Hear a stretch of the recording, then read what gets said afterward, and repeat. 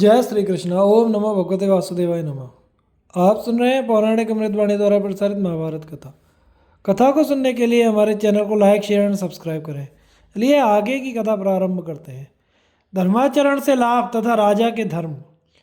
उतथ्य कहते हैं, राजन, जब राजा धर्म का आचरण करे और समय पर वर्षा हो तो उससे जो धन धान्य आदि संपत्ति होती है उसके द्वारा प्रजा का बड़े आनंद से पालन पोषण होता है। सतयुग, त्रेता, द्वापर और कलयुग ये सबके सब राजाओं के आचरण में स्थित है। राजा ही युग का प्रवर्तक होने के कारण युग कहलाता है। चारों वर्ण, चारों वेद, चारों आश्रम ये सब राजा के प्रमाद से नष्ट हो जाते हैं। जब राजा धर्म की ओर से असावधान हो जाता है तो गार्ह, पत्य, आवनीय, दक्षिणाग्नि ये तीन अग्नि, त्रक, साम, यजु ये तीन वेद और दक्षिणाओं के साथ संपूर्ण यज्ञ भी विकृत हो जाते हैं। राजा ही प्राणियों को जन्म देने वाला और राजा ही उनका नाश करने वाला है। धर्मात्मा होने पर वह जीवन दाता है और पापी होने पर विनाशकारी।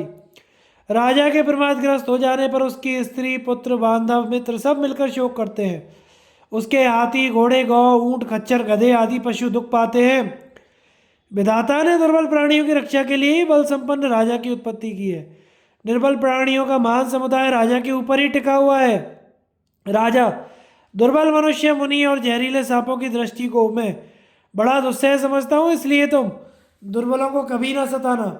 वे जिस कुल को अपनी क्रोधाग्नि से जला डालते हैं उसमें फिर कोई अंकुर नहीं जमता, वह जड़ मूल सहित भस्म हो जाता है।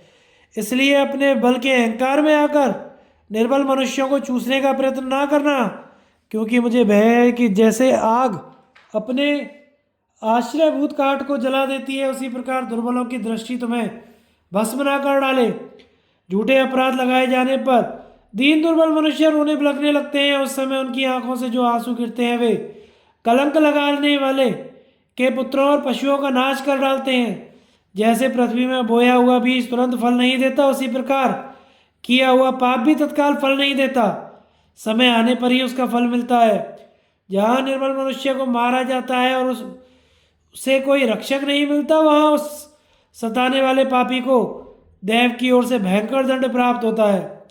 जब देश के लोग समूह बनाकर भीख मांगते फिरते हैं तो एक दिन वे राजा का विनाश कर डालते हैं। यदि राजा काम या लोभवश किसी गरीब की दीनता भरी प्रार्थना को ठुकराकर उसके धन को अन्यायपूर्वक छीन ले तो समझना चाहिए कि उसका महान विनाश निकट है। जब राज्य की प्रजा राजा का गुणगान करती हुई धर्म का आचरण और वैदिक संस्कारों का विधिवत अनुष्ठान करती है उस समय राजा पुण्य का भागी होता है। और वही प्रजा जब धर्म के स्वरूप को ना समझकर अधर्म में प्रवृत्त हो जाती है तो राजा को पाप का भागी होना पड़ता है। जहाँ पापी मनुष्य प्रकट रूप से अत्याचार करते हुए विचरते हैं, सत्पुरुषों की दृष्टि में उस राज्य के भीतर कलयुग प्रकट हुआ समझा जाता है। परंतु जब राजा दुष्ट मनुष्यों को दंड देता है तो उसके राज्य में सर्वत्र अभ्युदय होने लगता है। अपने आश्रितों को बांट कर खाना, मंत्रियों का अनादर न करना और बल के घमंड में चूर रहने वालों का दमन करना राजा का धर्म है। मन, वाणी और शरीर से समस्त प्रजा की रक्षा करना तथा अपराध करने पर पुत्र को भी क्षमा न करना राजा का धर्म कहा गया है। राष्ट्र की रक्षा, लुटेरों का मूलोच्छेद और संग्राम में विजय राजा के लिए धर्म माना गया है। अपना प्रिय से प्रिय व्यक्ति भी क्यों ना हो, यदि वह क्रिया द्वारा अथवा वाणी द्वारा भी पाप करे तो राजा का कर्तव्य है कि वह उसे क्षमा ना करके दंड दे।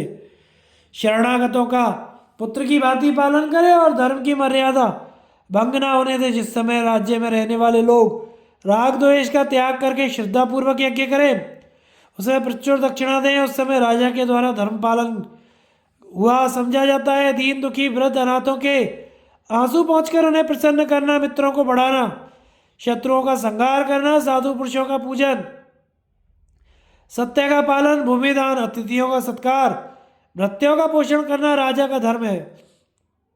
जिसमें निग्रह और अनुग्रह दोनों प्रतिष्ठित हैं, जो दुष्टों को दंड देता है और सत्पुरुषों पर कृपा रखता है, उस राजा को इस लोक में और परलोक में भी सुख मिलता है।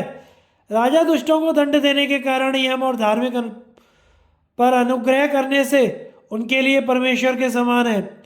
जब वह अपनी इंद्रियों को संयम में रखता है तो राज्य शासन में समर्थ होता है। जब वह उनको वश में नहीं रखता तो अपनी मर्यादा से नीचे गिर जाता है। ऋत्विक, पुरोहित और आचार्य का सत्कार करे, उनका अनादर न होने दे तथा उनके साथ उचित बर्ताव करे, यह राजा का धर्म है। जैसे यमराज सभी प्राणियों पर समान रूप से शासन करते हैं, उसी प्रकार राजा को भी बिना किसी भेदभाव के सभी प्राणियों को नियंत्रण में रखना चाहिए। प्रमाद छोड़कर क्षमा, विवेक, धैर्य और सद्बुद्धि की शिक्षा लेनी चाहिए। सब प्राणियों की सामर्थ्य का ज्ञान रखना चाहिए। मीठे वचन बोलना और तथा नगर और देश के लोगों की रक्षा करते रहना चाहिए। तात राज्य की रक्षा तो वही कर सकता है जो बुद्धिमान और शूरवीर होने के साथ दंड देने का ढंग जानता हो। जो दंड देने से हिचकता है वह मूर्ख और कायर मनुष्य क्या राज्य की रक्षा करेगा। तुम्हें सुंदर, कुलीन, राजभक्त एवं भवज्ञ मंत्रियों के साथ लेकर आश्रमवासी तपस्वियों तथा दूसरे लोगों की भी बुद्धि की परीक्षा करनी चाहिए। इससे तुमको संपूर्ण भूतों का परम धर्म का ज्ञान हो जाएगा। फिर स्वदेश में रहो या प्रदेश में, कहीं भी तुम्हारा धर्म नष्ट नहीं होगा। इस तरह विचार करने से धर्म ही, अर्थ और काम ही श्रेष्ठ सिद्ध होता है। धर्मात्मा पुरुष इस लोक में तथा परलोक में भी सुख उठाता है। यदि मनुष्यों को सम्मान दिया जाए तो वह सम्मानदाता के हित के लिए अपने पुत्रों और स्त्रियों को भी न्यौछावर कर देते हैं। प्राणियों को अपने पक्ष में मिलाए रखना, उन्हें कुछ देना, मीठी बोली बोलना, प्रमाद का त्याग करना और पवित्र रहना, ये राजा का ऐश्वर्य बढ़ाने के महान साधन है। मानदाता, तुम इन सब बातों की ओर से कभी उपेक्षा न रखना। इंद्र, वरुण, यम तथा संपूर्ण राजर्षियों ने ऐसा ही बर्ताव किया है, इसी का तुम भी पालन करो। जो राजा धर्म का आचरण करता है उसको, उसके श्रेष्ठ को देवता, ऋषि, पितर और गंधर्व सदा गाते रहते हैं। भीष्म जी कहते हैं, उत्तत्य मुनि के इस प्रकार उपदेश देने पर मानदाता ने निर्भीक होकर उसका पालन किया और बिना किसी की सहायता के संपूर्ण पृथ्वी पर अधिकार जमा लिया। राजा युधिष्ठिर, तुम भी मानदाता की भांति धर्म का पालन करते हुए इस पृथ्वी की रक्षा करो। राजा के आचरण के विषय में वामदेव जी के उपदेश का उल्लेख। राजा युधिष्ठिर ने पूछा, पितामह, जो धर्मनिष्ठ राजा अपने धर्म में स्थित रहना चाहे उसे किस प्रकार बर्ताव करना चाहिए। भीष्म जी बोले, राजन, इस विषय में तत्वदर्शी महात्मा वामदेव जी का उपदेश एक इतिहास प्रसिद्ध है। वसुमना नाम के एक विचारशील, धैर्यशाली और पवित्र चित्त राजा ने एक बार परम तपस्वी मुनिवर वामदेव जी से पूछा था, भगवान, आप मुझे ऐसा उपदेश दीजिए जिसके अनुसार आचरण करने से मैं अपने धर्म से कभी ना गिरूं। तब महातेजस्वी तपोनिष्ठ भगवान वामदेव जी कहने लगे, राजन, तुम धर्म का ही अनुष्ठान करो, धर्म से बढ़कर कोई चीज़ नहीं है। जो राजा धर्म में स्थित रहते हैं वे सारी पृथ्वी को अपने काबू में कर लेते हैं। जिसकी दृष्टि में अर्थ सिद्धि की अपेक्षा भी धर्म का विशेष महत्व है, जो उसी को बढ़ाने का विचार करता है, धर्म के कारण उसकी बड़ी शोभा होती है। इसके विपरीत जो राजा अधर्मोन्मुख होकर बलात् उसी का आचरण करता है, उसे धर्म और अर्थ की बात में छोड़कर चले जाते हैं। जो दुष्ट अपने पापी मंत्री की सहायता से धर्म की हानि करता है वह अपने परिवार सहित प्रजा का वध्य हो जाता है। उसका सर्वनाश होने में देरी नहीं लगती। किंतु जो हितकारी बातों को ग्रहण करने वाला, ईर्ष्या शून्य, जितेंद्रिय और बुद्धिमान होता है, उस राजा की इसी प्रकार वृद्धि होती है जैसे नदियों के प्रवाह से समुद्र की। राजा को चाहिए धर्म, अर्थ, काम, बुद्धि और मित्रों से संपन्न होने पर भी कभी अपने को पूर्ण ना समझे। ये धर्मादि ही राजा की लोक यात्रा के आधार हैं। इन्हीं के द्वारा उसे यश, कीर्ति, वैभव और प्रजा की प्राप्ति होती है। किंतु जो राजा कृपण, स्नेह शून्य, दंड को के द्वारा प्रजा को दुख देने वाला और बुद्धिहीन हो जाता है, जिसे अपराधी की भी पहचान नहीं होती, उसकी लोक में अपकीर्ति होती है और मरने पर नरक में जाना पड़ता है। तथा जो दूसरों का मान करने वाला, दानी, मधुरभाषी, धर्म के विषय में गुरु की सम्मति से चलने वाला, अपने अर्थ को स्वयं समझने वाला और धर्म को ही सबसे बड़ा लाभ मानने वाला होता है, वह राजा बहुत दिनों तक सुख भोगता है।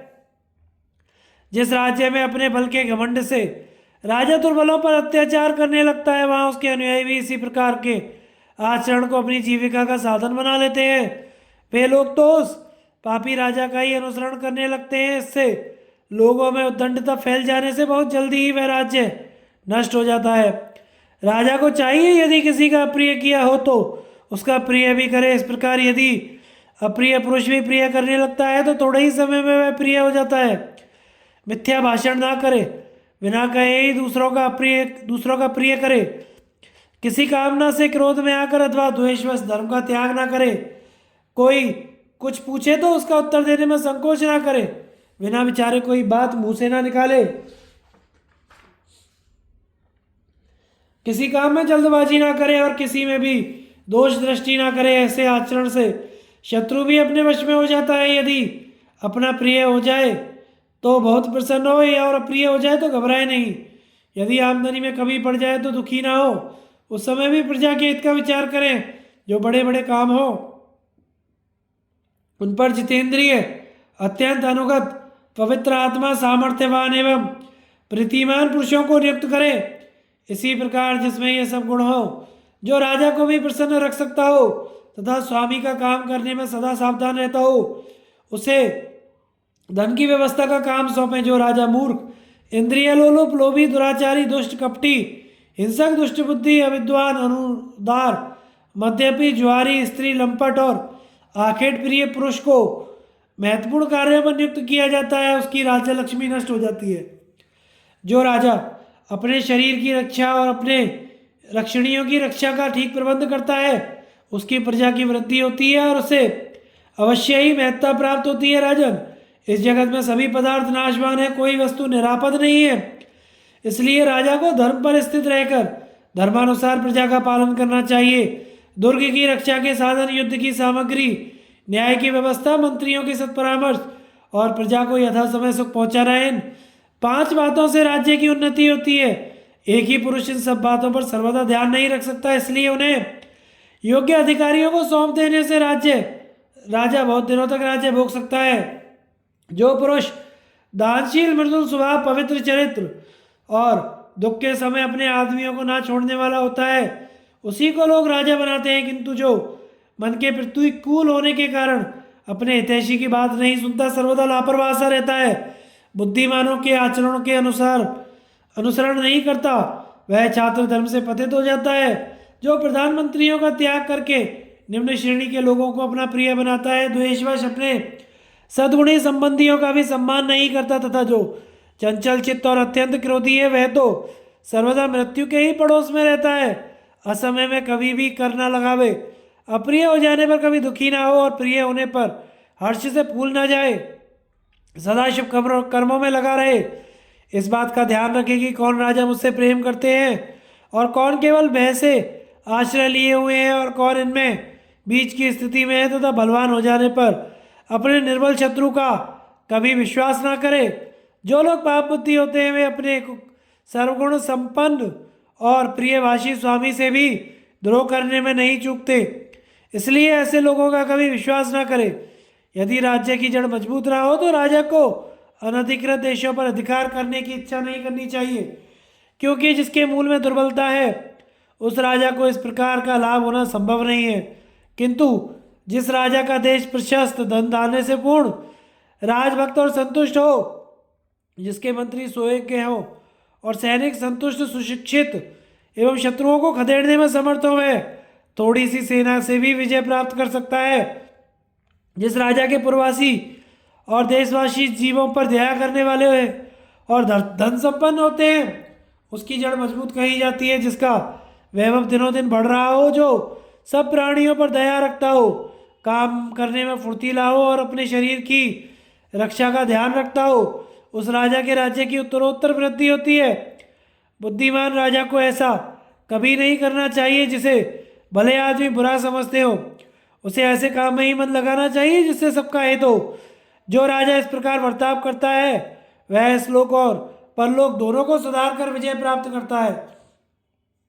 भीष्म जी कहते हैं, वामदेव जी के इस प्रकार कहने पर राजा वसुमान ने सब काम उसी रीति से किए। यदि तुम भी ऐसा ही आचरण करोगे तो निस्संदेह अपने दोनों लोग बना लोगे। युद्ध नीति का वर्णन। राजा युधिष्ठिर ने पूछा, पितामह, यदि कोई क्षत्रिय राजा दूसरे क्षत्रिय राजा पर चढ़ाई कर दे तो उसके साथ किस प्रकार युद्ध करना चाहिए? भीष्म जी बोले, युधिष्ठिर, यदि वह कवच पहने हुए ना हो तो उसके साथ युद्ध नहीं करना चाहिए। हाँ, कवच धारण करके आवे तो स्वयं भी तैयार हो जाए और एक पुरुष के साथ अकेला ही युद्ध करे। यदि वह सेना लेकर आया हो तो स्वयं भी सेना सहित जाकर उसे ललकारे। यदि वह कपट से युद्ध करे तो आप भी कपट युद्ध करें, और धर्म युद्ध करे तो स्वयं भी धर्मानुसार ही उसका सामना करें। यदि शत्रु किसी संकट में पड़ जाए तो उस पर प्रहार ना करें। डरे हुए और परास्त शत्रु पर कभी वार ना करें। जो बलहीन हो, जिसका पुत्र मर गया हो, जिसके शस्त्र नष्ट हो गए हो, जो विपत्ति में पड़ गया हो, जिसके धनुष की डोरी टूट गई हो अथवा जिसका वाहन नष्ट हो गया हो, उस पर कभी प्रहार ना करे। ऐसा पुरुष अपने शिविर में आ जाए तो उसकी चिकित्सा करावे अथवा उसे घर पहुंचा दे। यही सनातन धर्म है। अतः धर्मानुसार ही युद्ध करना चाहिए। यह बात स्वयं बाबू मनु ने भी कही है।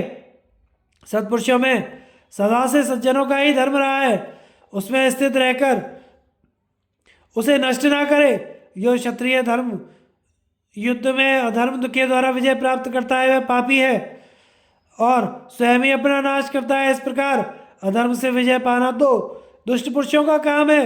सत्पुरुषों को तो अधर्मों को भी धर्म से ही जीतना चाहिए। धर्म पूर्वक तो मर जाना भी अच्छा है और पाप के द्वारा विजय पानी भी अच्छी नहीं है। हाँ, यह अवश्य है कि अधर्म का फल तत्काल नहीं मिलता, किंतु वह मूल और शाखा दोनों को ही जलाकर दम लेता है। पापी पुरुष किसी पापपूर्ण उपाय से धन पाकर बड़ा प्रसन्न होता है और यह समझकर कि धर्म है ही नहीं, पवित्रात्मा पुरुषों की हंसी करता है। इस प्रकार वह पापी पाप के द्वारा बढ़ने के कारण अंत में पाप में ही फंस जाता है। उसकी धर्म में श्रद्धा नहीं रहती, अंत में वह विनाश के मुख में पड़ जाता है। जिस प्रकार नदी के तट पर खड़ा हुआ वृक्ष जड़ सहित उखड़कर नदी में बह जाता है, उसी प्रकार वह भी समूल नष्ट हो जाता है। पृथ्वी पर पटके हुए घोड़े के समान उसके टूक टूक हो जाते हैं और सभी लोग उसकी निंदा करते हैं। अतः राजा को धर्मपूर्वक ही धन और विजय प्राप्त करने की इच्छा करनी चाहिए। राजन, अधर्म के द्वारा पृथ्वी पर विजय प्राप्त करने की इच्छा राजा को कभी नहीं करनी चाहिए। अधर्म से विजय पाकर कौन राजा सुखी हुआ है? अधर्म से पाई हुई विजय तो अस्थायी और स्वर्ग से गिराने वाली होती है। वह राजा और राज्य दोनों को ही नष्ट कर देती है। जिस योद्धा का कवच टूट गया हो, जो मैं आपका हूँ ऐसा कह रहा हो, जो हाथ जोड़े खड़ा हो और जिसने हथियार रख दिए हो उसे कैद कर ले, मारे नहीं। 1 साल तक कैद में रहने पर उसका नया जन्म होता है और वह विजयी राजा के पुत्र के समान हो जाता है। इसलिए 1 साल के बाद उसे छोड़ देना चाहिए। यदि अपने पराक्रम से किसी कन्या को हर कर लावे तो 1 साल तक उससे कोई प्रश्न ना करे। इसके बाद यदि वह पूछने पर किसी दूसरे को वरने की इच्छा प्रकट करे तो उसे छोड़ दे। इसी प्रकार धन या दास दासी जो कुछ अपने पराक्रम से जीत कर लावे उसे भी 1 साल तक अपने पास रखकर फिर उसके स्वामी को सौंप दे। यदि चोर आदि अपराधियों का धन छीना हो तो उसे भी अपने पास ना रखे, सार्वजनिक कामों में लगा दे। यदि गौ छीन कर लाया हो तो ब्राह्मण को दे दे। दोनों ओर की सेनाओं के भिड़ जाने पर यदि उसके बीच में संधि कराने की इच्छा से ब्राह्मण आ जाए तो उसी समय युद्ध बंद कर देना चाहिए। यदि दोनों में से कोई भी पक्ष ब्राह्मण का तिरस्कार करता है तो वह सनातन काल की मर्यादा को तोड़ता है। ऐसे क्षत्रियों को जाति से बाहर कर देना चाहिए। उसे क्षत्रियों की सभा में स्थान नहीं देना चाहिए, क्योंकि वह अधम है। जिस राजा को विजय पाने की इच्छा हो उसे ऐसे आचरण का अनुसरण नहीं करना चाहिए। जो विजय धर्म युद्ध से प्राप्त होती है उससे बढ़कर कोई दूसरा लाभ नहीं है। आक्रमण करने वाले राजा को विजय करने के बाद उस देश के बिगड़े हुए लोगों को समझा बुझाकर और पारितोषिक देकर प्रसन्न कर लेना चाहिए। यही राजाओं की प्रधान नीति है। यदि ऐसा ना करके उनके साथ कड़ाई से बर्ताव किया जाता है तो वे दुखी होकर अपने देश से चले जाते हैं और शत्रुओं के साथ मिलकर विजयी राजा की विपत्ति के समय की बाट देखने लगते हैं। जब आपत्ति का समय आता है तो वे शत्रुओं की सहायता लेकर तुरंत ही उसे हाथ दबाते हैं। जिस राजा का देश विस्तृत धन धान्य संपन्न और राजभक्त होता है तथा जिसके सेवक और मंत्री संतुष्ट रहते हैं उसी की जड़ मजबूत कही जाती है। जो राजा ऋत्विक, पुरोहित, आचार्य, अन्य शास्त्रज्ञों का सत्कार करता है वही लोक गति को जानने वाला कहा जाता है। यही प्राचीन काल के धर्मज्ञ राजाओं का धर्म है। जिस प्रकार अपने वैभव की वृद्धि की इच्छा हो उसे सब प्रकार युद्ध कौशल से ही विजय प्राप्त करने की इच्छा रखनी चाहिए। कपट या दंभ के द्वारा नहीं। युद्ध में होने वाली हिंसा के प्रायश्चित और वीर तथा कायरों को प्राप्त होने वाले लोगों का वर्णन। राजा युधिष्ठिर ने पूछा, दादाजी, छात्र धर्म से बढ़कर पापपूर्ण तो कोई भी धर्म नहीं है, क्योंकि राजा तो कूच करने और युद्ध करने के समय बहुत से मनुष्यों की हत्या कर डालता है। सो कृपा करके यह बतलाइए कि ऐसा कौन सा धर्म है जिसके द्वारा उसे पुण्य लोगों की प्राप्ति हो सकती है। भीष्म जी बोले, राजन, पापियों को दंड और सत्पुरुषों को आश्रय देने से तथा यज्ञ अनुष्ठान और दान करने से राजा लोग सब प्रकार के दोषों से छूटकर शुद्ध हो जाते हैं। यह ठीक है कि विजय प्राप्ति की लालसा से पहले तो राजा लोग जीवों को कष्ट पहुंचाते हैं, किंतु विजय प्राप्त कर लेने पर फिर वे प्रजा की उन्नति भी तो करते हैं। वे दान, यज्ञ और तप के प्रभाव से अपने सारे पापों को नष्ट कर डालते हैं, फिर तो उनके पुण्य की ही वृद्धि होती है।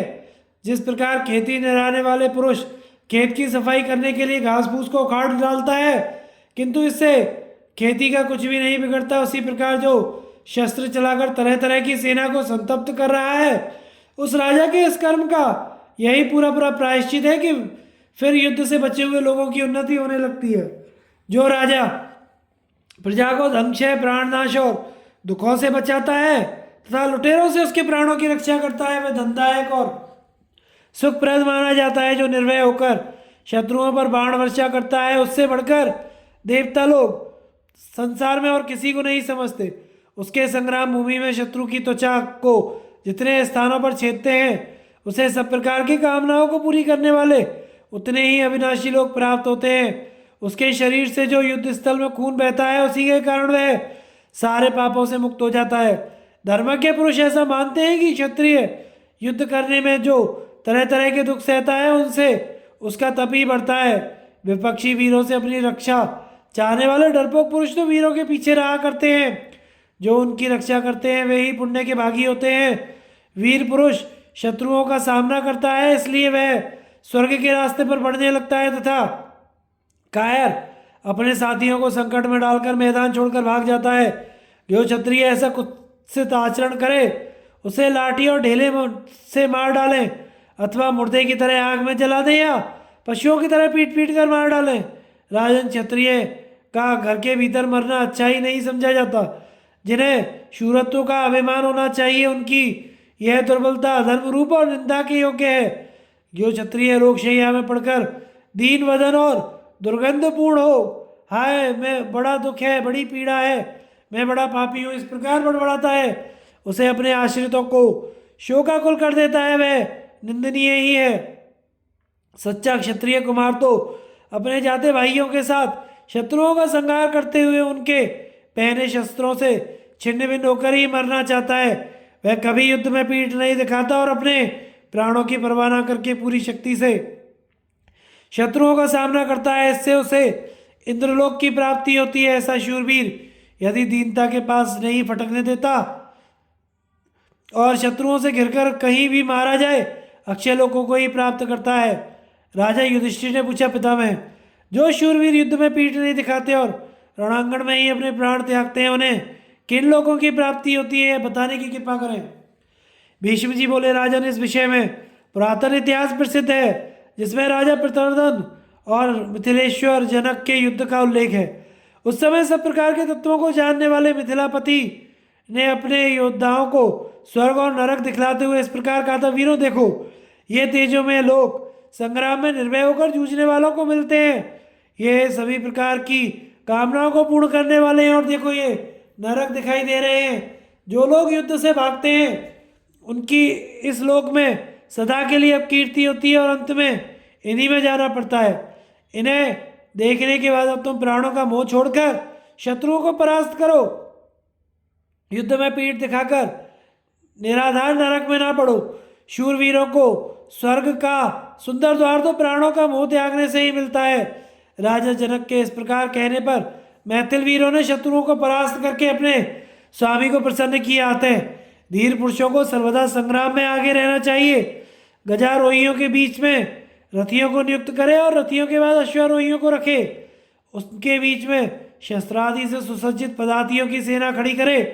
जो राजा अपनी सेना का इस प्रकार व्यू बनाता है, वह सर्वदा अपने शत्रुओं पर विजय प्राप्त करता है। इसलिए तुम्हें भी सर्वदा अपनी सेना का इसी प्रकार संगठन करना चाहिए। जो योद्धा रणभूमि से एकदम भाग जाते हैं, वीर पुरुष उन पर प्रहार करना नहीं चाहते, इसलिए भागते हुए योद्धाओं के बहुत पीछे ना पड़े। स्थावर पदार्थ चलने वाले जीवों के अन्न है, बिना दाढ़ों के प्राणी दाढ़ वालों के अन्न है। जल प्यासों का अन्न है, कायर पुरुष शूरवीरों के अन्न है। इसी से भयभीत पुरुष हाथ जोड़े बार बार प्रणाम करते वीरों की शरण में आते हैं। सारा लोक बालक के समान शूरवीरों की भुजाओं पर टिका हुआ है, इसलिए वीर पुरुष का सदा ही मान होता है। शौर्य से बढ़कर तीनों लोकों में कोई वस्तु नहीं है। शूरवीर ही सबका पालन करते हैं और उसी के आश्रित यह सारा जगत है। सेना संचालन की विधि, योद्धाओं के लक्षण और विजय के चिन्हों का वर्णन। राजा युधिष्ठिर ने पूछा, भरतश्रेष्ठ विजयाभिलाषी राजा, जिस प्रकार कायरों को उत्साहित करने के लिए धर्म का थोड़ा सा उल्लंघन करके अपनी सेना को ले जाते हैं, वह मुझे बताइए। भीष्म जी बोले, राजन, किन्हीं का मत है कि धर्म सत्य से टिका हुआ है, कोई कहते हैं इसका आधार युक्तिवाद है। किन्हीं के मत में सत्पुरुषों का आचरण ही इसका आधार है, कोई इसे साधनाधीन मानते हैं। लोक में कार्य साधन के लिए सरल और कुटिल दो प्रकार की बुद्धियों को काम में लिया जाता है। राजा को इन दोनों का ही ज्ञान प्राप्त करना चाहिए। जहाँ तक संभव हो जानबूझ कुटिल बुद्धि से काम ना ले, किंतु यदि शत्रु चढ़ाए तो उसके द्वारा उन्हें दबाकर आत्मरक्षा कर ले। यदि शत्रु पर चढ़ाई करनी हो तो लोहे की कीलें, कवच, चमर पहनाए हुए शस्त्र, पीले और लाल रंग के कवच, रंग बिरंगी ध्वजा पताकाएं, रिष्टि, तोमर, तलवार, फरसे, भाले और ढाल, इन्हें बहुत बड़ी संख्या में तैयार करावे। यदि शस्त्र तैयार हो और योद्धा भी शत्रु पर विजय पाने पर तुले हुए हो, चैत्र या मार्गशीर्ष के महीने में चढ़ाई करना अच्छा होता है, क्योंकि उस समय खेती पक जाती है और पृथ्वी पर जल की प्रचुरता होती है। ऋतु भी ना अधिक ठंडी ना अधिक गर्म होती है, इसलिए उसी समय चढ़ाई करे। जिस समय शत्रु आपत्ति में जान पड़े उस समय उस पर आक्रमण कर दे। शत्रु को दबाने के लिए यही अवसर अच्छे माने गए हैं।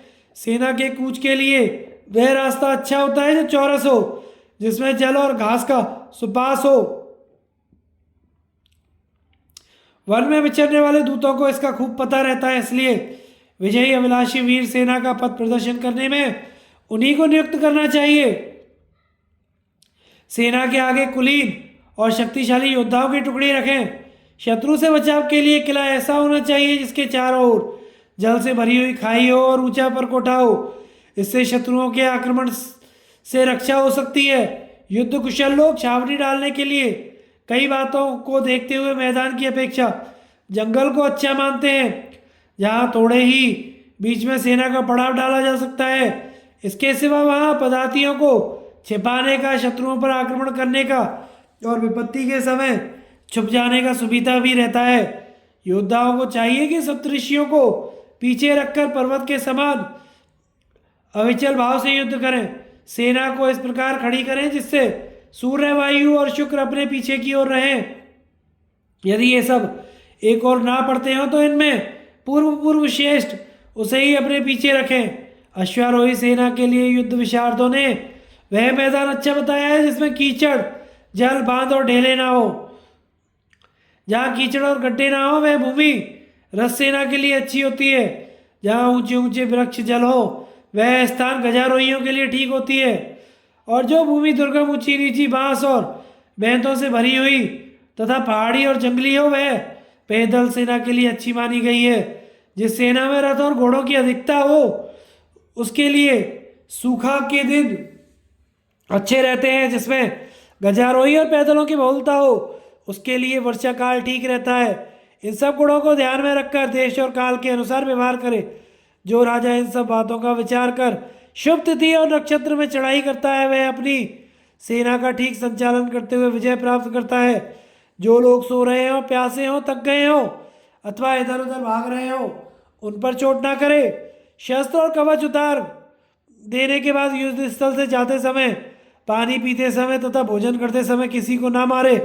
इसी प्रकार जो बहुत घबराए हुए हो, पागल हो घायल हो, दुर्बल हो गए हो, असावधान हो और दूसरे किसी कामों में लगे हो, बाहर घूमते हो, छावनी की ओर भाग रहे हो, उन पर भी प्रहार ना करे। जो शत्रु की सेना को छिन्न भिन्न कर सकते हो और अपने को संगठित करने की शक्ति रखते हो, उनको अपने साथ भोजन कराना चाहिए और साथ ही रखना चाहिए तथा दुगना वेतन देना चाहिए। सेना में कुछ लोगों को तो 10-10 सैनिकों का नायक बनावे और कुछ को 100 का, फिर 1000 वीरों का अध्यक्ष नियुक्त करे। प्रधान प्रधान वीरों को इकट्ठा करके यह प्रतिज्ञा करावे कि हम संग्राम में विजय प्राप्त करने के लिए अंत तक एक दूसरे को नहीं छोड़ेंगे। उन्हें यह भी समझा दें कि युद्ध के मैदान से भागने में कई प्रकार के दोष हैं। इससे अपने प्रयोजन की हानि, भागते समय शत्रु के हाथ से वध और अपयश तो होते ही हैं, लोगों के मुख से तरह तरह की अप्रिय और दुखदायिनी बातें भी सुननी पड़ती हैं। जो लोग युद्ध में पीठ दिखाते हैं वे नाम के ही मनुष्य हैं, वे केवल योद्धाओं की संख्या बढ़ाने वाले ही हैं। उन्हें इहलोक और परलोक में कहीं भी सुख नहीं मिलता। इसलिए निश्चय करो कि हम स्वर्ग की कामना से संग्राम में अपने प्राण होम देंगे। बस यह तो या तो विजय प्राप्त करेंगे या युद्ध में मरकर सदगति को पाएंगे। जो लोग इस प्रकार शपथ करके प्राणों का मोह त्याग देते हैं वे निर्भय होकर शत्रु की सेना में घुस जाते हैं। सेना की व्यूह रचना करते समय सबसे आगे ढाल तलवारधारी पुरुषों की टुकड़ी रखें, पीछे की ओर रथियों को खड़ा करें और बीच में परिवार के लोगों को रखें। शत्रुओं पर आक्रमण करने के लिए जो पुराने सैनिक हों वे आगे रहें और पीछे चलने वाले पदातियों का उत्साह बढ़ावें। उन्हें प्रयत्नपूर्वक डरपोकों को भी उत्साहित करना चाहिए अथवा उन्हें केवल सेना का विशेष समुदाय दिखाने के लिए ही साथ रखें। यदि थोड़े सैनिकों को बहुतों के साथ युद्ध करना पड़े तो उन्हें सूचीमुख नामक व्यूह बनाना चाहिए और हाथ उठाकर इस प्रकार कोलाहल करना चाहिए, देखो देखो वैरी भाग रहे हैं, हमारी मित्र सेना आ गई है, वे खटके चोट किए जाओ। इस प्रकार भीषण शब्द करते हुए साहस के साथ शत्रु पर प्रहार करें। जो लोग सेना के मुहाने पर हो उन्हें गर्जन तर्जन और किलकिला शब्द करते हुए क्रकाज नरसिंह के भेरी, मृदंग और ढोल आदि बाजे बजवाने चाहिए। राजा युधिष्ठिर ने पूछा, पितामह, युद्ध करने में कैसे स्वभाव, कैसे आचरण और कैसे रूप वाले योद्धा ठीक रहते हैं तथा उनके कवच और शस्त्रास्त्र भी कैसे होने चाहिए? भीष्म बोले, राजन, शस्त्र और वाहन तो योद्धाओं के देश और काल के अनुरूप ही होने चाहिए तथा वह अपने कुलाचार के अनुसार ही वे युद्ध कार्य में प्रवृत्त हुआ करते हैं। गांधार और सिंधु सौवीर देशों के योद्धा दांतों वाले प्रास से युद्ध करते हैं, वे बड़े निडर और बलवान होते हैं। उशीनर देश के वीर सभी प्रकार के शब्दों में कुशल और बड़े बलशाली होते हैं। पूर्वी योद्धा गज युद्ध में पारंगत होते हैं, वे कपट युद्ध करना खूब जानते हैं। यवन, कंबोज तथा मथुरा की ओर के योद्धा मल्ल युद्ध में पक्के होते हैं और दक्षिणी वीर तलवार चलाना अच्छी तरह जानते हैं। जिन योद्धाओं की बाणी और नेत्र सिंह या शार्दुल के समान हो वे बड़े लड़ाके होते हैं। जिनका शब्द मेघ के समान, मुख क्रोध युक्त, शरीर ऊंट की तरह और नाक तथा जीभ टेढ़ी हो, वे बहुत दूरी तक दौड़ने वाले और दूर से ही शत्रु पर निशाना छोड़ने वाले होते हैं। जिनका शरीर बिलाव की तरह बांका, देह के बाल और खाल पतले होते हैं, वे बड़े ही शीघ्रगामी, चंचल और कठिनता से काबू में आने वाले होते हैं। जिनका शरीर गठीला, छाती चौड़ी और अंग प्रत्यंग सुडौल होते हैं, वे वीर युद्ध का धौंसा सुनते ही क्रोध में भर जाते हैं और उन्हें युद्ध करने में ही आनंद आता है। जिनके नेत्र तिरछे, ललाट ऊंची और नीचे के ओठ पतले होते हैं, जिनकी भुजाओं पर वज्र और उंगलियों पर चक्र का चिन्ह होता है तथा जिनकी नाड़ियां दिखाई देती हैं, वे युद्ध के आरंभ में ही बड़े वेग से शत्रुओं की सेना में घुस जाते हैं तथा मतवाले हाथियों के समान बड़े दुर्धर्ष होते हैं। जिनके बालों के अग्रभाग पीले और चितराए हुए, पसलियां थोड़ी और मुंह चौड़े तथा कंधे ऊंचे होते हैं, गर्दन मोटी तथा पिंडली भारी होती है तथा सिर गोल, स्वर कठोर होता है, वे बड़े क्रोधी होते हैं और युद्ध में शत्रुओं पर एकदम टूट पड़ते हैं। जिन्हें धर्म का ज्ञान नहीं होता, जो अभिमानी, उग्र और देखने में भयंकर होते हैं, ऐसे मनुष्य प्राय नीच जाति के हुआ करते हैं। वे भी जीने मरने की परवाह छोड़कर युद्ध करते हैं, कभी पीछे पैर नहीं हटाते। उन्हें सेना में सदा आगे रखना चाहिए। वे साहस के साथ शत्रुओं की चोट सहते और उन पर भी प्रहार करते हैं। उन अधर्मी पुरुषों को मर्यादा पालन का ख्याल नहीं रहता, वे कभी कभी अकारणी राजा पर भी बिगड़ उठते हैं। अतः उन्हें मीठी बातों से समझा बुझाकर काबू में रखना चाहिए। युधिष्ठिर ने पूछा, पितामह, सेना की विजय के शुभ लक्षण कौन कौन से हैं? मैं उन्हें जानना चाहता हूँ। भीष्म जी ने कहा, युधिष्ठिर, जिन शुभ लक्षणों को देखकर सेना के विजयी होने का अनुमान किया जाता है उन्हें बताता हूँ, सुनो। दैव के प्रकोप से ही मनुष्यों पर काल की प्रेरणा होती है। इस बात को अपनी ज्ञान दृष्टि से जानकर विद्वान लोग उसका प्रायश्चित करते हैं।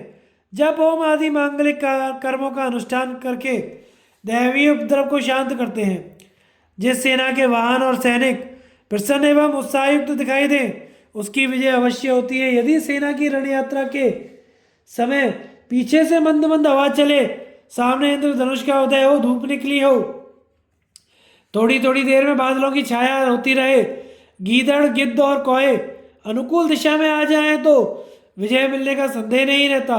बिना धुएं के ऊपर उठती और आग की ज्वाला अथवा दाहिनी ओर जाती हुई लपटों का दिखाई देना और होम की पवित्र सुगंध का आना, ये भावी विजय के शुभ चिन्ह है। शंखों की गंभीर ध्वनि, रणवेरी की ऊंची आवाज और योद्धाओं का अनुकूल रहना भी भविष्य में होने वाली विजय के शुभ लक्षण है। सेना के कूच करते समय मृगों के झुंड का पीछे या बाईं ओर दिखाई देना तथा युद्ध काल में दाहिने रहना शकुन है, किंतु सामने की ओर दिखाई देना अच्छा नहीं है। हंस, क्रौंच, शतपत्र और नीलकंठ आदि पक्षी मंगल सूचक शब्द करते हो और सैनिक उत्साह संपन्न एवं प्रसन्न दिखाई दे, तो भावी विजय का अनुमान होता है। जिनकी सेना तरह तरह के शस्त्र, यंत्र, कवच तथा ध्वजाओं से सुशोभित हो, जिनके लड़ने वाले जवानों के चेहरे पर प्रसन्नता की झलक हो तथा दुश्मनों को जिनकी फौज की ओर देखने का भी साहस न होता हो, वे निश्चय ही अपने शत्रुओं को परास्त करते हैं। जिनके सैनिक स्वामी की सेवा में उत्साह रखने वाले, अहंकार रहित, आपस में एक दूसरे का हित चाहने वाले तथा सदाचार का पालन करने वाले हों, उनकी होने वाली विजय यही शुभ लक्षण है। जब योद्धाओं के मन को प्रिय लगने वाले शब्द, स्पर्श तथा सुगंध प्राप्त हो, उनके भीतर धैर्य का संचार हो रहा हो, तो इसे विजय का द्वार समझना चाहिए। यदि कोई युद्ध में प्रवेश करते समय दाहिने भाग में प्रविष्ट हो जाने के बाद वाम भाग में शब्द करता हुआ आ जाए तो शुभ है। पीछे की ओर होने से भी वह कार्य में सिद्धि करता है, किंतु सामने होने पर विजय में बाधा डालता है। युधिष्ठिर, चतुरंगणी सेना इकट्ठी कर लेने के बाद भी तुम्हें पहले सामनीति के द्वारा शत्रु से संधि करने का ही प्रयत्न करना चाहिए। युद्ध में मारकाट करने के बाद जो विजय मिलती है वह उत्तम नहीं समझी जाती, वह भी अचानक या दैवेच्छा से प्राप्त होती है। उसका पहले से कोई निश्चय नहीं होता। इसके सिवा बड़ी सेना में जब भगदड़ पड़ जाती है तो उसे रोकना कठिन हो जाता है। जैसे मृगों के झुंड में एक के भागने पर सब भागने लगते हैं, यही दशा बड़ी सेना की भी होती है। उसमें कितने ही बलवान वीर क्यों ना हो, कुछ लोग भाग रहे हैं इतना ही देखकर सब भागने लगते हैं। यद्यपि उन्हें भागने का कारण मालूम नहीं रहता, किंतु अच्छे कुल में उत्पन्न, परस्पर संगठित, राजा द्वारा सम्मानित हुए 5-6 वीर भी यदि मरने मारने का निश्चय करके युद्ध में डटे रहे तो वे शत्रुओं पर विजय पा जाते हैं। जब तक संधि होने की संभावना हो तब तक युद्ध नहीं छेड़ना चाहिए। पहले सामनीति का आश्रय लेकर शत्रुओं को समझाने का प्रयत्न करें।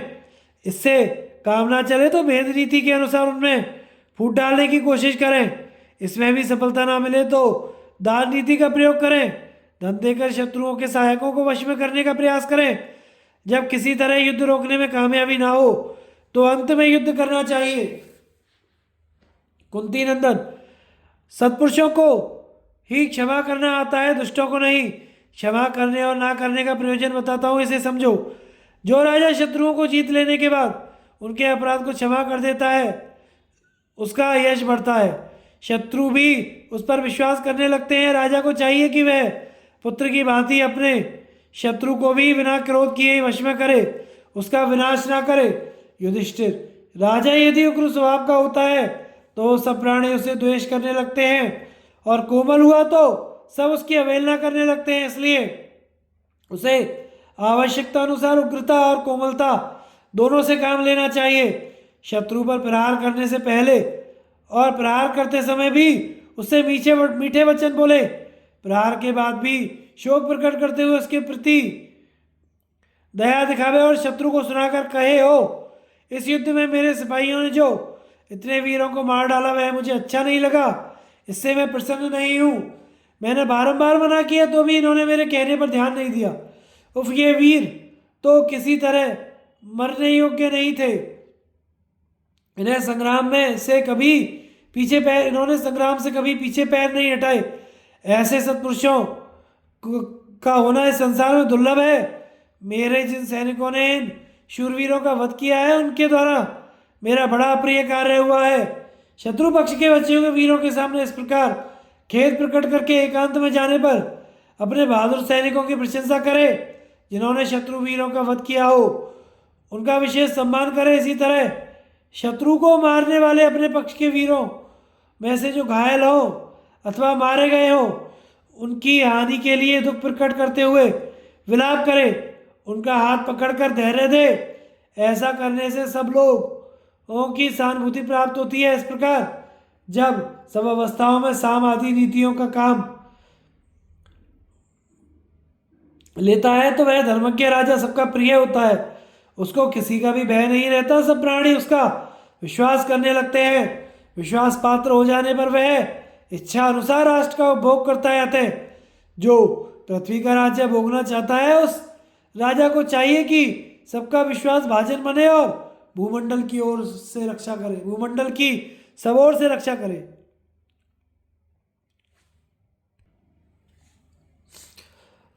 कालक वृक्षीय मुनि का उपदेश राज्य, खजाना, सेना आदि से वंचित हुए असहाय राजा का कर्तव्य। युधिष्ठिर ने पूछा, पितामह, यदि धर्मात्मा राजा हो और उद्योग करते रहने पर भी धन ना पा सके, उस अवस्था में मंत्री उसे कष्ट देने लगे और उसके पास खजाना तथा सेना भी ना रह जाए तो सुख चाहने वाले उस राजा को क्या करना चाहिए? भीष्म जी ने कहा, युधिष्ठिर, तुम्हारे इस प्रश्न के उत्तर में मैं राजकुमार क्षेमदर्शी के इतिहास को दोहराता हूं, तुम इसे ध्यान देकर सुनो। प्राचीन काल की बात है, एक बार कौशल राजकुमार क्षेमदर्शी को बड़ी कठिन विपत्ति का सामना करना पड़ा। उसकी सैनिक शक्ति नष्ट हो गई। उस समय वह कालक वृक्षीय मुनि के पास गया और उनके चरणों में प्रणाम करके विपत्ति से छुटकारा पाने का उपाय पूछा। राजकुमार ने कहा, ब्राह्मण मनुष्य धन का भागीदार समझा जाता है, किंतु मेरे जैसा पुरुष बारंबार उद्योग करने पर भी यदि राज्य ना पा सके तो उसे क्या करना चाहिए? आत्मघात करना, दीनता दिखाना, दूसरों की शरण में जाना तथा इसी तरह और भी खोटे काम करना तो मैं नहीं चाहता। इनके अतिरिक्त क्या उपाय करना चाहिए? मेरे पास बहुत धन था मगर सब सपने की संपत्ति की तरह नष्ट हो गया। मेरी समझ में जो अपनी भारी संपत्ति का त्याग कर देते हैं वे बड़ा मुश्किल काम करते हैं। मेरे पास तो अब धन के नाम पर कुछ भी नहीं रहा नहीं, फिर भी उसका मोह नहीं छोड़ पाता। मैं राज्य लक्ष्मी से भ्रष्ट, दीन और आर्त हूं, इस शोचनीय अवस्था में आ पड़ा हूं। अब जिस उपाय से मुझे सुख और शांति नसीब हो उसका मुझे उपदेश दीजिए। कौशलराज के इस प्रकार पूछने पर महातेजस्वी मुनिवर कालक वृक्षीय ने उन्हें उत्तर दिया, राजकुमार, तुम जिस किसी वस्तु को ऐसा मानते हो कि यह है उसको पहले से ही समझ लो कि नहीं है। जो बुद्धिमान ऐसी समझ रखता है उसे कठिन से कठिन आपत्ति पड़ने पर भी शोक नहीं होता। जो वस्तु पहले ही बहुत बड़े समुदाय के अधिकार में रह चुकी हो तथा जो एक के बाद दूसरे की होती आई है वह सबकी सब तुम्हारी भी नहीं है। इस बात को अच्छी तरह समझ लेने पर किसको चिंता होगी? जिसकी उत्पत्ति होती है उसका नाश भी होता है। शोक में इतनी शक्ति नहीं है कि वह उसे नष्ट होने से बचा ले। ऐसी दशा में शोक करना व्यर्थ है। राजकुमार, बताओ तो सही, तुम्हारे पिता आज कहाँ हैं? तुम्हारे पिता में अब कहाँ चले गए? आज ना तो तुम उन्हें ही देखते हो ना ही वे तुम्हें देखते हैं। यह शरीर अनित्य है, इस बात को तुम भी समझते हो, फिर क्यों उन लोगों के लिए शोक करते हो? तनिक बुद्धि से काम लेकर सोचो कि एक दिन तुम भी नहीं रहोगे। मैं, तुम, तुम्हारे मित्र, शत्रु, इनमें से कोई भी रहने वाला नहीं है। एक दिन सबका अंत होना निश्चित है। आज जिनकी उम्र 20 और 30 वर्षों की है, वे तब आने वाले 100 वर्षों के पहले ही इस दुनिया से उठ जाएंगे। ऐसी दशा में मनुष्य यदि बहुत बड़ी संपत्ति को छोड़ ना सके तो कम से कम उसकी ममता का त्याग कर दे। यह चीज मेरी नहीं है ऐसा समझकर अपना कल्याण तो करे। जो वस्तु भविष्य में मिलने वाली हो उसे यही माने कि वह मेरी नहीं है, तथा जो मिलकर नष्ट हो चुकी हो उसके विषय में भी यही भाव रखे कि वह मेरी नहीं थी। प्रारब्ध ही सबसे प्रबल है, वही देता है और वही छीन लेता है। ऐसी धारणा रखने वाले मनुष्य ही विद्वान हैं, उनका ही सत्पुरुषों में स्थान है। राजकुमार ने कहा, मैं तो यही समझता हूँ कि सारा राज्य मुझे अनायास ही दैवेच्छा से प्राप्त हो गया था और अब महाबली काल ने वह सबका सब छीन लिया है। इसीलिए अब जहाँ जो कुछ मिल जाता है उसी से मैं अपने जीवन का निर्वाह कर रहा हूँ। मुनि ने कहा, राजकुमार, यथार्थ तत्व का निश्चय हो जाने पर मनुष्य किसी भी बात के लिए भूत और भविष्य को लेकर शोक नहीं करता। तुम्हें भी ऐसा ही करना चाहिए। क्या तुम दैववश जो कुछ मिल जाए उससे उतने ही आनंद के साथ रह सकोगे जैसा पहले रहते थे? आज राजलक्ष्मी से वंचित होने पर भी क्या तुम शुद्ध हृदय से शोक का परित्याग कर दोगे? पूर्व जन्म में किए हुए कर्मों के फलस्वरूप जब मनुष्य की भोग सामग्री छिन जाती है तो वह अपनी दुर्बुद्धि के कारण विधाता को कोसने लगता है और स्वतः ही प्राप्त हुए परिमित पदार्थों से उसे संतोष नहीं होता। संसार के मनुष्य प्राय ईर्ष्या और अहंकार से भरे होते हैं, किंतु तुम तो ऐसे नहीं हो। सहसा दूसरों की संपत्ति देखकर तुम्हारे मन में डाह तो नहीं होती? योग धर्म को जानने वाले धर्मात्मा एवं धीर मनुष्य अपनी राजलक्ष्मी तथा पुत्र पौत्रों का भी स्वयं ही त्याग कर देते हैं। यद्यपि धन परम दुर्लभ है तथापि यह अस्थिर है, ऐसा समझकर साधारण मनुष्य को इसका त्याग कर देना चाहिए। परंतु तुम तो समझदार हो, तुम्हें मालूम है कि भोग प्रारब्ध के अधीन और अस्थिर है, तो भी नहीं चाहने और योग्य विषयों को चाहते हो। उनके लिए अत्यंत दीनता दिखाते हुए शोक कर रहे हो। भैया, इन कामनाओं को छोड़ो और उस बुद्धि को जानने का प्रयत्न करो जिससे जीव का कल्याण होता है। जो तुम्हें अर्थ के रूप में प्रतीत हो रहे हैं ये सबके सब अनर्थ ही हैं। तुम अर्थों को अनर्थ ही समझो। इन भोग पदार्थों के पीछे कितने ही लोगों का सारा धन नष्ट हो जाता है। दूसरे लोग भोग जनित सुख को अक्षय मानकर उसके लिए ही धन की इच्छा करते हैं। कितने ही मनुष्य धन संपत्तियों में इस तरह रम जाते हैं कि उन्हें उससे बढ़कर सुख का साधन कुछ जान ही नहीं पड़ता, किंतु बड़े कष्ट से कमाया हुआ उनका वह अभीष्ट धन यदि नष्ट हो जाता है तो उनके सम्मान का सारा किला ही ढह जाता है। उस समय उन्हें धन से वैराग्य हो जाता है। कुछ ही मनुष्य ऐसे हैं जो अपना वास्तविक कल्याण चाहते हैं और परलोक में सुख पाने की इच्छा से लौकिक भोगों से विरक्त हो धर्म की शरण लेते हैं। कुछ तो ऐसे हैं जो धन के लोभ में पड़कर अपने प्राण तक गंवा देते हैं। वे धन के सिवा जीवन का दूसरा कोई उद्देश्य ही नहीं समझते।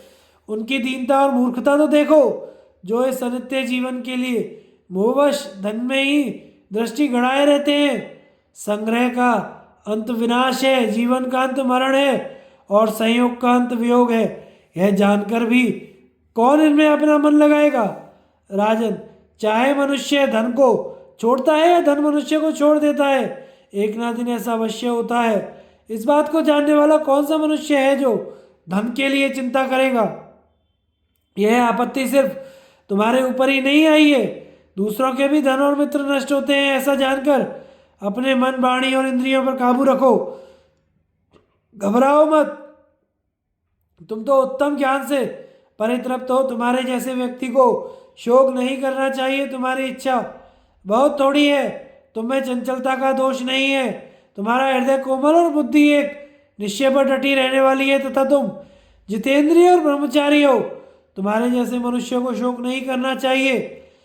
तुम्हें कपट से भरी हुई और शास्त्र के विरुद्ध वृत्ति का आश्रय नहीं लेना चाहिए। क्रूरता का भी त्याग कर देना चाहिए। ये बड़ी ही दूषित और पापपूर्ण वृत्तियां हैं। कायर मनुष्य ही इनका आश्रय लेते हैं। तुम तो फल मूल से ही जीविका चलाते हुए अकेले वन में विचरते रहो। वाणी का संयम करके मन को वश में रखो और संपूर्ण प्राणियों के हित साधन में लग जाओ। सब पर दया करो और जंगली फल मूलों से ही संतुष्ट होकर जंगल में अकेले विचरना ही विद्वान की योग्य वृत्ति है। कालक वृक्षीय मुनि का कूटनीति बतलाना और क्षेमदर्शी का राजा जनक से मेल करा देना। मुनिवर ने कहा, राजकुमार, अब मैं तुम्हें राज्य प्राप्ति के लिए एक नीति बता रहा हूं। यदि इसके अनुसार कार्य करोगे तो तुम्हें पुनः महान राज्य प्राप्त होगा। काम, क्रोध, हर्ष, भय, दंभ छोड़कर शत्रु की भी सेवा करो। उसके सामने हाथ जोड़कर मस्तक झुकाओ। उत्तम तथा विशुद्ध व्यवहार से उसका विश्वास पात्र बनो। विदेहराज जनक यद्यपि तुम्हारे शत्रु हैं, तथापि यदि तुम उन्हें प्रसन्न कर सके तो वे तुम्हें बहुत सा धन देंगे, क्योंकि वे सत्य प्रतिज्ञ हैं। यदि ऐसा हुआ तो तुमको बहुत से शुद्ध हृदय वाले, दुर्व्यसनों से रहित और उत्साही सहायक मिल जाएंगे। जो मनुष्य शास्त्र के अनुकूल आचरण करता हुआ अपने मन और इंद्रिय को वश में रखता है, वह अपना तो उद्धार करता ही है, प्रजा को भी प्रसन्न कर लेता है। राजा जनक बड़े ही धीर और श्री संपन्न है। जब वे तुम्हारा सत्कार करेंगे तो सभी लोग तुम पर विश्वास करने लगेंगे। फिर तुम मित्रों की सेना इकट्ठी करना और अच्छे अच्छे मंत्रियों से सलाह लेना।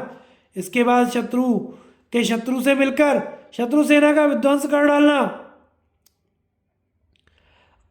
अथवा अत्यंत दुर्लभ उत्तम पदार्थों, स्त्रियों, ओढ़ने बिछाने और सुंदर वस्त्रों, अच्छे अच्छे पलंग, आसन और सवारियों, बहुत धन खर्च करके बनवाए हुए महलों, तरह तरह के रसों, सुगंधित पदार्थों और फलों में शत्रु को आसक्त करो। उसमें भांति भांति के पशुओं और पंछियों को पालने का भी शौक पैदा करो, जिससे इन व्यसनों में अधिक धन खर्च करने के कारण शत्रु की आर्थिक शक्ति नष्ट हो जाए।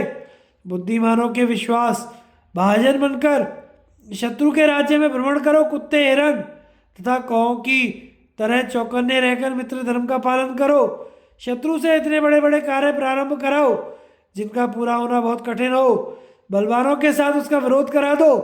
बड़े बड़े बगीचे, बहुमूल्य पलंग बिछौने तथा भोग विलास के अन्य कामों में खर्च कराकर सारा खजाना खाली करा दो। शत्रु का कोष क्षीण होते ही वह वश में आ जाता है। हो सके तो वैरी को विश्वजीत यज्ञ में लगाकर उसके द्वारा दक्षिणा रूप में सर्वस्व दान करवा दो। इससे तुम्हारा मनोरथ सिद्ध होगा। फिर किसी मोक्ष धर्म के ज्ञाता पुरुष को बुलाकर शत्रु के समक्ष कुछ ऐसा उपदेश कराओ जिससे वह राज्य के परित्याग की इच्छा करे। यदि उसका शरीर निरोग हो तो सिद्ध औषध का प्रयोग करके उसको मरवा डालो।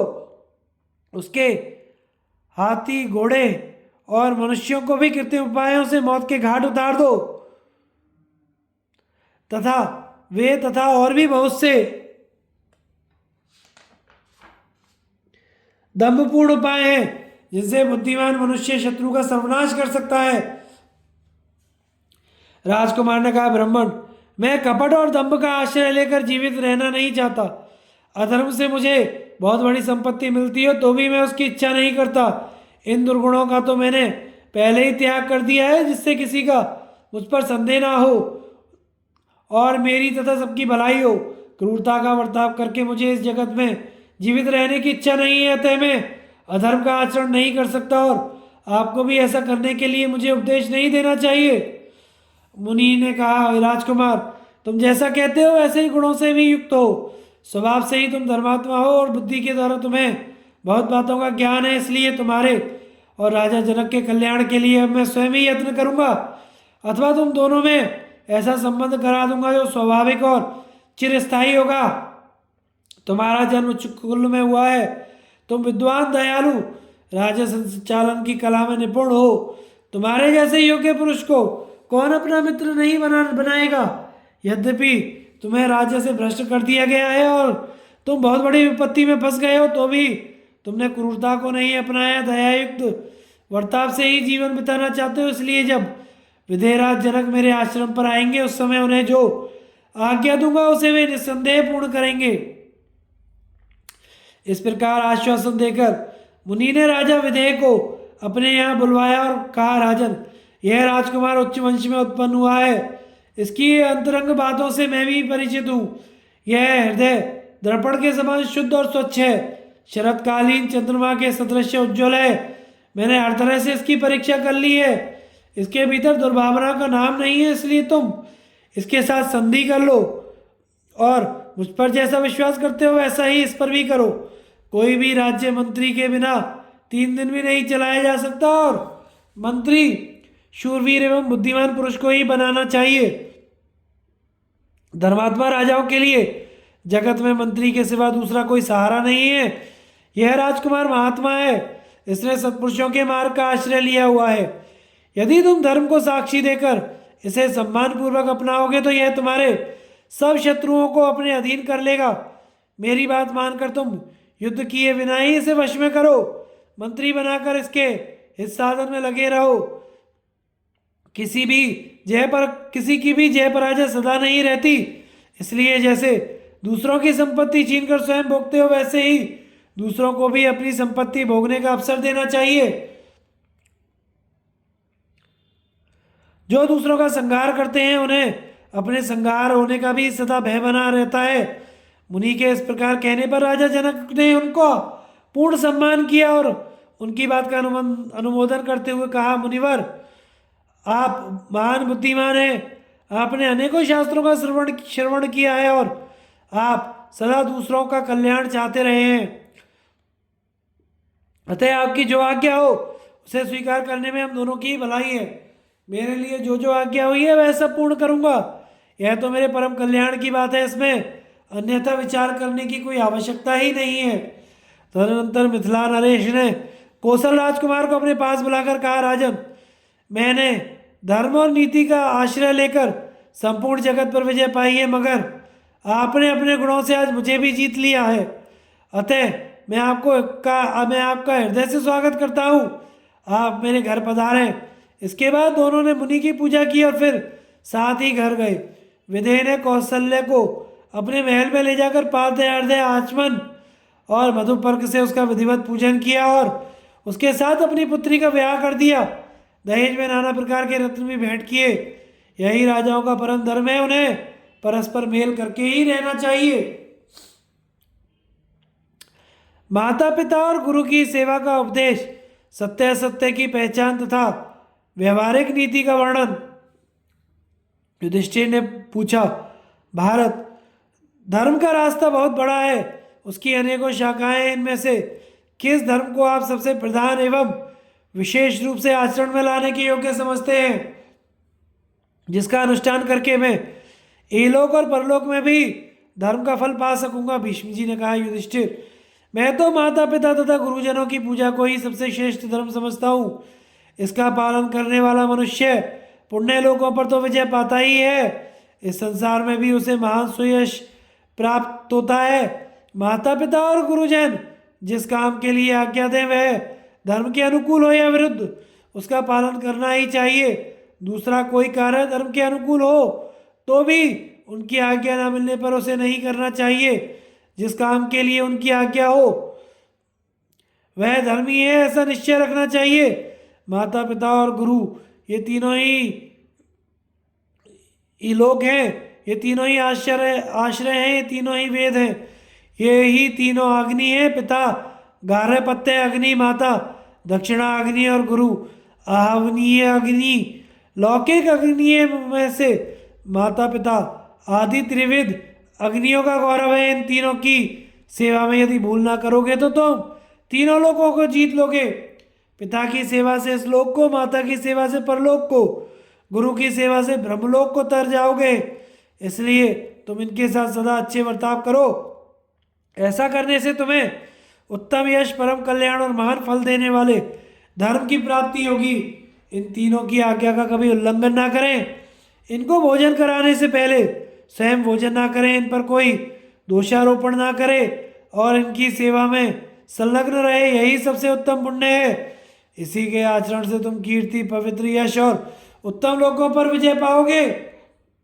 जिसने इन तीनों का आदर किया उसने मानो संपूर्ण जगत का आदर कर लिया, और जिसके द्वारा इनका अनादर हुआ उसके संपूर्ण शुभ कर्म व्यर्थ हो गए। जिसने ही इन तीनों गुरुजनों का सम्मान नहीं किया उसके लिए ना यह लोक है ना परलोक, ना इस लोक में यश मिलता है ना परलोक में सुख। मैं तो सब तरह के शुभ कर्मों का अनुष्ठान करके इन गुरुजनों को ही अर्पण कर देता था। इससे उनके कर्मों का पुण्य 100 गुना और 1000 गुना बढ़ गया, तथा उसी का यह फल है कि आज तीनों लोग मेरी दृष्टि के सामने हैं। 10 श्रोत्रियों से बढ़कर है आचार्य, कुलगुरु या दीक्षा गुरु। 10 आचार्यों से बड़ा है उपाध्याय विद्या गुरु। 10 उपाध्यायों से भी अधिक महत्व रखता है पिता, और 10 पिताओं से भी अधिक गौरव है माता का। माता तो सारी पृथ्वी से भी बढ़कर है, उसके समान गौरव किसी का नहीं है। मगर मेरा विश्वास ऐसा है कि गुरु आचार्य का दर्जा माता पिता से भी बढ़कर है। माता पिता के तो केवल इस शरीर को जन्म देते हैं, किंतु आत्म तत्व का उपदेश देने वाले आचार्य के द्वारा जो जन्म प्राप्त होता है वह दिव्य है, अजर अमर है। माता पिता यदि कोई अपराध करें तो भी उन पर कभी हाथ नहीं छोड़ना चाहिए। जो लोग विद्या पढ़कर गुरु का आदर नहीं करते, निकट रहते हुए भी मन वाणी अथवा क्रिया से गुरु की सेवा नहीं करते, उन्हें गर्भस्थ बालक की हत्या का पाप लगता है। संसार में उनसे बढ़कर पापी कोई दूसरा है ही नहीं। जैसे गुरुओं का कर्तव्य है शिष्यों को आत्मोन्नति के पथ पर पहुंचाना, उसी प्रकार शिष्यों का धर्म है गुरुओं की सेवा करना।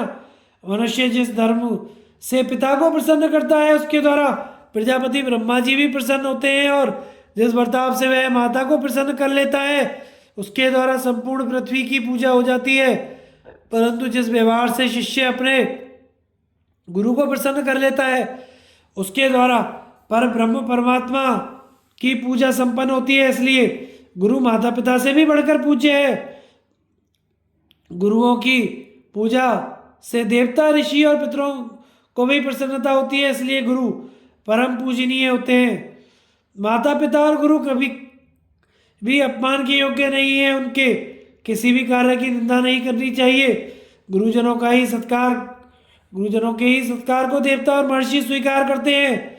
जो लोग मन से अथवा क्रिया के द्वारा उपाध्याय पिता और माता से द्रोह करते हैं, तथा जो पिता माता के द्वारा अपना पालन पोषण कराकर बड़े होने पर उनका पालन पोषण नहीं करते, उन्हें गर्भ हत्या का पाप लगता है। जगत में उनसे बढ़कर कोई पापी नहीं है।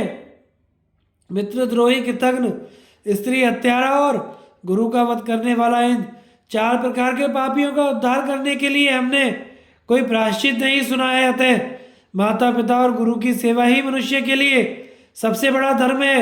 यह कल्याण का साधन है, इससे बढ़कर कोई कार्य नहीं है। युधिष्ठिर ने पूछा, भारत, जो मनुष्य धर्म के मार्ग में स्थित रहना चाहता है उसे कैसा बर्ताव करना चाहिए? सत्य और असत्य की पहचान क्या है? कब सत्य बोलना चाहिए और कब असत्य, तथा धर्म का क्या लक्षण है? भीष्म जी ने कहा, राजन, सत्य बोलना ही उत्तम है, सत्य से बढ़कर कुछ नहीं है। मगर संसार के मनुष्य सत्य और असत्य को ठीक ठीक समझ नहीं पाते, इसीलिए यही बता रहा हूं। जहाँ सत्य का परिणाम सत्य और सत्य का परिणाम असत्य होता हो, वहाँ सत्य ना बोलकर असत्य बोलना ही उचित है। ऐसे अवसर पर जो सत्य बोलता है वह मूर्ख मारा जाता है। अतः परिणाम के द्वारा सत्य असत्य का निश्चय करके जो सत्य बोलता है वही धर्मज्ञ है। जो अनार्य है, जिसकी बुद्धि शुद्ध नहीं है, जो अत्यंत कठोर स्वभाव का है, वह मनुष्य भी कभी अंधे पशु को मारने वाले बलाक नामक बहेलिये की तरह महान पुण्य को प्राप्त कर लेता है। प्राणियों के अभ्युदय और कल्याण के लिए ही धर्म की व्याख्या की गई है, जिससे उस उद्देश्य की सिद्धि होती है, वही धर्म है। धर्म का नाम धर्म इसलिए पड़ा कि वह सबको धारण करता है, अधोगति में जाने से बचाता और जीवन की रक्षा करता है। धर्म से ही संपूर्ण प्रजा जीवन धारण कर रही है। अतः जिस कर्म से प्राणियों की जीवन रक्षा हो वही धर्म है, ऐसा निश्चय रखना चाहिए। जीवों की हिंसा ना हो, इसके लिए ही धर्म का उपदेश किया गया है। अतः जो कर्म अहिंसा से युक्त हो वही धर्म है। यदि चोर किसी धनी का धन लूटने की इच्छा से उसका पता पूछते हो और ना बताने से उस धनी का बचाव हो जाता हो तो कुछ भी उत्तर नहीं देना चाहिए, किंतु यदि नहीं बताने पर चोरों के मन में संदेह होता हो और इसके लिए कुछ ना कुछ बताना आवश्यक हो जाए, तो शपथ खाने पर भी पापियों के हाथ से छुटकारा मिलता हो, तो वहां सत्य की अपेक्षा असत्य बोलना ही अच्छा है।